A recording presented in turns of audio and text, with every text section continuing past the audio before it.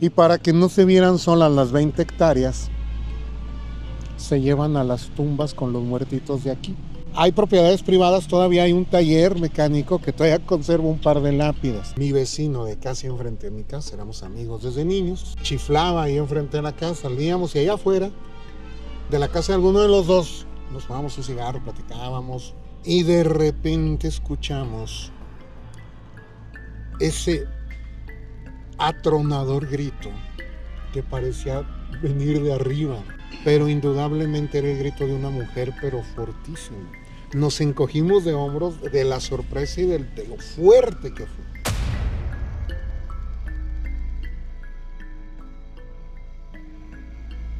Ay, empezamos junto con los mariachis. Lo que pasa es que les comento, dice cámara aquí, 3, 2, 1 y justamente empiezan los mariachis. Bueno, pues con ese fondo musical, amigos, iniciamos este video. Los saludamos aquí desde Durango, aquí en la zona centro, una parte muy importante. Y bueno, bien acompañados, ¿verdad, James? Bien acompañados aquí del maestro Carlos, aquí bien ubicaditos también en lo que es el Jardín Hidalgo, también conocido como Jardín de Santa Ana, frente a la iglesia de Santa Ana y la Sagrada Familia. Así es correcto. Este lugar en donde estamos tiene muchas peculiaridades históricas. Para empezar, yo defiendo mucho que que tenemos a la espalda es el templo más antiguo como tal en la ciudad de Durango. Desde luego, en la ciudad de Durango, cuya data es de 1563, la fundación, que fue hace unos días, el 8 de julio, es cuando lo festejamos, y hubo verdaderos problemas para fundamentar un templo en toda forma. Si bien estuvo primero la capilla de Nuestra Señora de la Asunción para 1595, donde es catedral, esa se transformaría en catedral. Se había pensado en que fuera catedral, hubo problemas con la cimentación y se detuvo la obra en un par de ocasiones. La ciudad había atravesado por epidemias, había atravesado por sucesos que elevaban la tasa de mortalidad y las criptas propias de cada templo empezaron a ser insuficientes. Sí. Se necesitaba un panteón para toda la ciudad y se fundamenta enfrente del atrio de la iglesia, es decir, hacia el norte. No aquí, precisamente. No aquí. Okay. Y ahí surgirá el Panteón de San Mateo, el panteón de la ciudad. Ahí empiezan a llegar los huéspedes definitivos y ya para 1803 hay un muerto nice, una señora reconocida que fallece. Entonces, como también hay categorías en los muertos, el obispo en ese momento, que era Francisco Olivares, él permite que se construya una cripta tipo capilla, una especie de mausoleo mucho más ornamentado, y lo permite lejos de donde se estaba poblando de tumbas. En las décadas siguientes esto se va a fundamentar como el panteón de Nuestra Señora del Carmen, es decir, hacen un panteón diferente y la gente empieza a llamarle el panteón de los pobres al de San Mateo.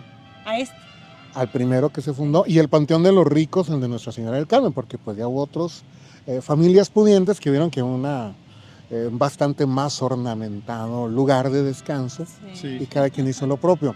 Esto tiene una curiosidad muy grande, ¿por qué? Porque cuando se abre el Panteón de Oriente, ya cuando con las reformas de Juárez, el Estado se hace responsable de la gestión de los muertos. En 1860 se abre el Panteón de Oriente en nuestra ciudad. Y para que no se vieran solas las 20 hectáreas, se llevan a las tumbas con los muertitos de aquí, particularmente del de Nuestra Señora del Carmen. Hay propiedades privadas, todavía hay un taller mecánico que todavía conserva un par de lápidas. Entonces, en aquel momento, pues ya era cuestión de quitar el panteón. Sí. Pues las tumbas más bonitas se las llevaron allá a la parte antigua del panteón. Por eso hay tumbas anteriores a la fecha del Panteón de Oriente. Se los llevan de aquí. Particularmente del Panteón de Nuestra Señora del Carmen, el de los ricos. Lo que es muy difícil es que los restos sean de la persona enterrada o incluso de la misma persona. Entonces ahí hay una Ya sí, una mezcolanza. revoltura ahí. bastante macabra de restos humanos, pusieron la tumba y hasta hoy representa lo que es la parte antigua del Panteón de Oriente. Esa es una curiosidad muy grande. Una más. Precisamente en estos dos panteones, en las tardes y noches lluviosas como esta, Justo como hoy. la Llorona de Durango, que tiene sus peculiaridades como todas las lloronas de todas las ciudades, la nuestra estaba en la Acequia Grande, pero se aparecía en la calle de Los Pendientes, hoy calle Negrete, y caminaba desde donde lo que fuera la penitenciaria, antes de la penitenciaria estaba el Solar de las Ánimas, donde colgaban, ajusticiaban a las personas fusiladas o ahorcadas. Tenía esta imagen macabra, nefasta, y se dice que en estas tardes o noches lluviosas empezaba a llorar este personaje y caminaba lento y pausado con su agónico grito, y caminaba por todo calle Negrete rumbo al norte, atravesaba por este lugar y se perdía en los panteones. En este lugar tenemos esas tres peculiaridades: los panteones de ricos y pobres, la Llorona y el templo fundamentado, por cierto, con una puerta falsa. La segunda puerta que podemos ver ahí no da a ningún lado, hay un altar. Es falsa, o sea, no te lleva a ningún lado. A ningún lado, esa nunca se abre porque ahí está un altar. Todas estas peculiaridades tiene. Por si fuera poco, aquí hay uno de los personajes más macabros, monstruosos, la Caballona, que es la versión de la cegua de Durango, una de las víctimas de esta criatura. También fue en este lugar, en este jardín. De gran historia, de muchas leyendas, y es un lugar mítico. Hace un momentito, Carlos, nos hablabas de la Llorona y decías nuestra Llorona que tenemos aquí. Por aquí se ha visto, por aquí dice la gente que pasa. La última vez que nos vimos te preguntaba sobre ese ser que lo hemos escuchado en muchos estados de México. Ya, que en otros países. Que la gente quien ha tenido esa experiencia de escuchar su lamento, dicen, y la mayoría coincide en que es pues bastante peculiar. Y me decías, te comento que alguna vez me tocó escuchar algo. Platícanos, por favor, Carlos. A ver. Si no han visto los otros episodios de esta serie, por favor véanlos para que ustedes se den cuenta de cómo es mi perspectiva acerca de los eventos sobrenaturales. Sí. Pero hay cosas que resultan verdaderamente inexplicables. Sí. Fuera de mi casa, cuando vivía aquí en el barrio de Analco, es como un ranchito dentro de una ciudad. Los que vivimos ahí somos de generaciones de estar en Analco. Entonces todos nos conocemos muy bien. Mi vecino de casi enfrente de mi casa, éramos amigos desde niños. Tenemos la costumbre de que una vez terminado el trabajo, la cena y todo, chiflaba ahí enfrente de la casa, salíamos y allá afuera de la casa de alguno de los dos nos fumábamos un cigarro, platicábamos, estábamos un rato. No era muy noche, eran, no sé, las 11:30 de la noche. Estábamos platicando, era una hora frecuente para estar ahí. Era una tarde como esta, es decir, llovió por la tarde, anocheció, dejó de llover. Tenía este ambiente húmedo, pero nada más, no estaba lloviendo, no estaba nublado. Había pasado la tormenta, una noche muy tranquila. Y de repente escuchamos ese atronador grito que parecía venir de arriba. Como un relámpago. No era un trueno, no era el sonido de unas bocinas, pero indudablemente era el grito de una mujer, pero fortísimo. Nos encogimos de hombros de la sorpresa y de lo fuerte que fue.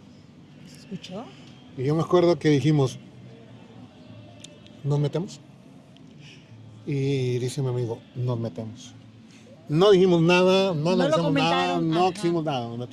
Hasta el siguiente dijimos, fue terrible, porque además de que se escucha como si hubiera estallado repentino, fuerte, muy alto en el cielo, se queda este dejo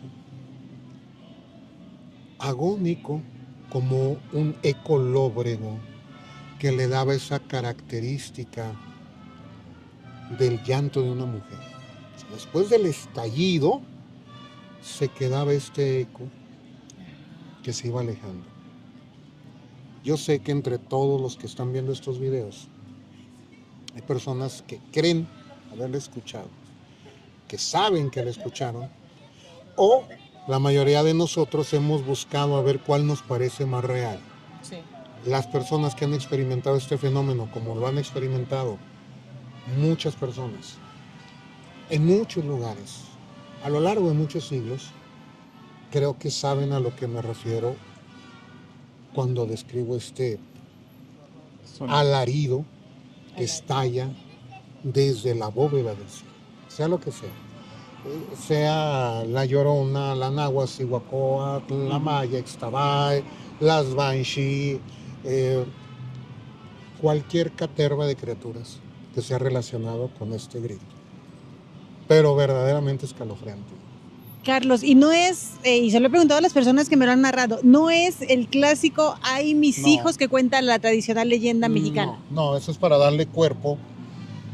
La Llorona como Llorona se menciona en todo México, en muchas ciudades y en varios países, pero nuestra Llorona es verdugo. Ella asesina a sus hijos en un arranque de ira y locura, pero hay lloronas que son víctimas. Hay lloronas que les asesinan a su hijo y tratando de rescatarlo, una vez que los villanos de esa historia lo arrojan a la huella, también pierde la vida o incluso también va herido. Pero a veces es víctima y victimario. Para darle cuerpo de victimaria, aquí decimos que grita por sus hijos, pero esto es nada más para darle un cuerpo. Una forma. Sí, exactamente, para darle ese plus. Pero en sí no dice nada. No, y aparte en otros países, en otras culturas, en otros tiempos, no tiene nada que ver con él, hay mis hijos. Carlos, de esto que nos comentas de La Llorona, a las personas que lo han escuchado y que incluso creo que hasta lo sienten, dicen por ahí hasta en los huesos, de acuerdo a los testimonios que hemos recolectado, ¿qué podría significar un augurio, un aviso, un mensaje? Bueno, yo siempre recurro al antecedente histórico que disponemos, incluido el antecedente folclórico. Las leyendas recaban creencias de la gente, tienen ese valor histórico, porque no es la historia fantástica de una persona, sino que es el cúmulo de creencias de una comunidad. A veces a la Llorona dentro de México se le relaciona con un funesto presagio de la muerte de un ser querido, a veces. Pero de estas damas espectrales, de este tipo de lamentos, la única que tiene una relación directa con la muerte son las Banshee de la mitología celta. En lugares como Escocia, como en Irlanda, estas creencias se mantuvieron muy encapsuladas. Y ahí específicamente las Banshee, en algunas creencias, incluso cada familia noble importante tenía su propia Banshee, y hay historias que incluso tienen el nombre de cada Banshee. Definitivamente escuchar el llanto de ella era la próxima muerte de un miembro de esa familia. Definitivamente. Caray. Una de las historias más famosas que encontramos en internet con esta historia de este presagio de las Banshee es con el rey Brian Boru, que tenía esta familia tenía su Banshee que se llamaba Ahib, me parece, y la ven lavando las cotas de malla de los soldados mientras éstas escurren permanentemente sangre hasta que toda el agua se vuelve roja. Sí. El rey entiende que este presagio es que perderá la batalla y perderá la vida. Y así fue. Entonces, la única aparición espectral, hasta donde yo sé, salvo algunos yureis de estas tradiciones japonesas orientales, son las únicas que están directamente relacionadas con la muerte. Por lo general, las damas espectrales pueden ser ocasionadoras de la propia muerte cuando tienen esta imagen corpórea y bestial, criaturas como la patasola, la ciguanaba o cegua, que es la caballona también de este jardín, o como otras criaturas parecidas que pueden relacionarse. Incluso imitan no solamente el sollozo de una mujer, sino que también imitan el llanto de un bebé. Todo para llamar la atención. Y devorar al incauto. Son muchas historias que a lo largo de los siglos se han dividido, se puede hacer una genealogía de diferentes tipos de damas espectrales, pero parece que todas tienen esa raíz de ese llanto espectral. Wow. Entonces sí anuncian algo extraño. Por lo general. Cuando se escucha, cuidado porque algo viene, ¿verdad? Sí, y es que también lo que nos han comentado en otros lugares es de que podemos estar varias personas, uno lo escuchan y alguno que otro no. Bueno, aquí debemos de entender la naturaleza del llanto, es decir, los registros de audio, donde se presume que es la Llorona, realmente lograron registrarlo. Y si es así, entonces es difícil que escape del oído de cualquiera.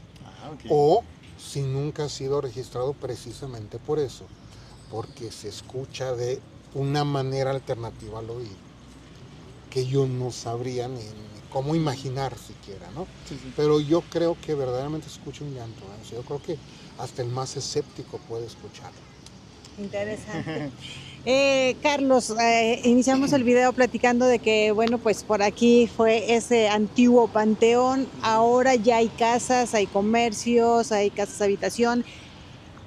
¿En algún momento se ha narrado de que haya sucesos en aquellas casas donde abajo quedaron tumbas? Voy a poner un ejemplo que suele ser una buena imagen de todas estas cosas sobrenaturales.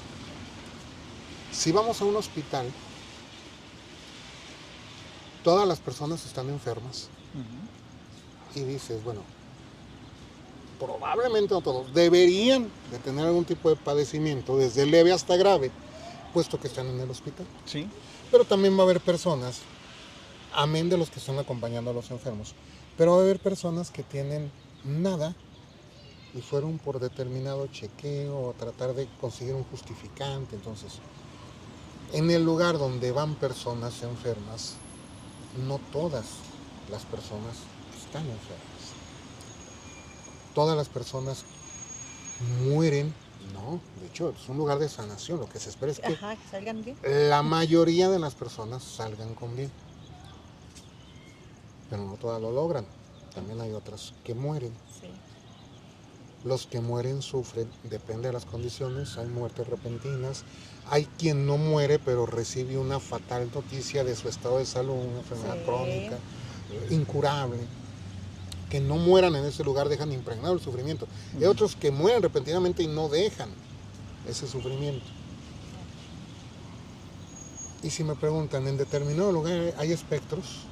Pues yo creo que la proporción sería tantos como muertos por enfermedad en un hospital. Ni son todos, ni los que se esperan, ni los más graves, y hay otros que ni cuenta se dan.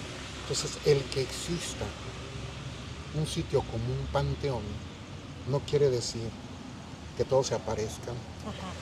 No quiere decir que todos dejen este remanente de mala energía o como se quiera llamar, pero también parece indicar que es un motivo para que exista, así como en el hospital, que es un lugar de medicina y de sanación, no se puede evitar la muerte y el sufrimiento. En los lugares del eterno reposo de los muertos, muchas veces no se puede evitar que existan estos espíritus anclados al plano físico. Entonces, lo resumo diciendo, yo creo que hay, por la cantidad de personas fallecidas que hubo, por la cantidad de cadáveres, entre tanta combinación de elementos, debe de haber algunos que se manifiestan. Y sí suelen tener esta carga. Y sí suelen ser lugares donde se cuentan muchas historias. Interesante. Y bueno, pues así como este lugar, aquí en Durango, hay muchas historias y leyendas de cosas paranormales, ¿verdad, Carlos? Sí, Durango es una tierra rica en leyendas, tenemos muchísimas, yo hago todo lo posible por ponerlas en la mesa para el disfrute de la mayoría de las personas, de tantas personas como nos sea posible. Es correcto. pues interesante, y así es como nos vamos a despedir de este video. Ustedes han escuchado al respecto, han pasado por este lugar y les ha tocado ver algo, nos encantaría que nos lo dejaran en los comentarios. Sí, amigos, porque bueno, como lo vimos, ya son 4 eventos aquí en este lugar muy importante, muy interesante, y pues si vienen aquí a la ciudad de Victoria de Durango, no se lo pueden perder. Y amigos, nos vemos a la próxima. Muchísimas gracias, Carlos. Gracias. Siempre un placer. Muy amable.